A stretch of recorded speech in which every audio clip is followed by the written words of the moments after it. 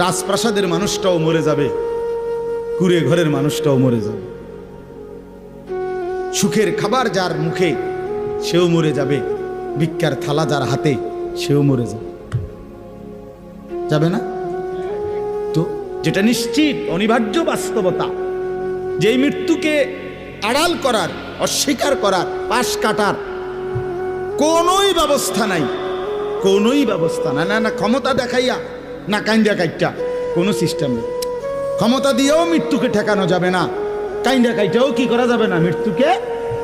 যেটা নিশ্চিত সেটাকে ভুলে যাওয়া কেন ভাই? কেন ভুলে যাব আমরা? আল্লাহ নবী সাল্লাল্লাহু আলাইহি ওয়াসাল্লামের যেই হাদিস আমি পড়ছি, এটাই নবীজি বলছেন, আকসিরু যিকরা হাদিমিল লাজ্জাত, আমার উম্মত প্রতিদিন বেশি বেশি ওই জিনিসটা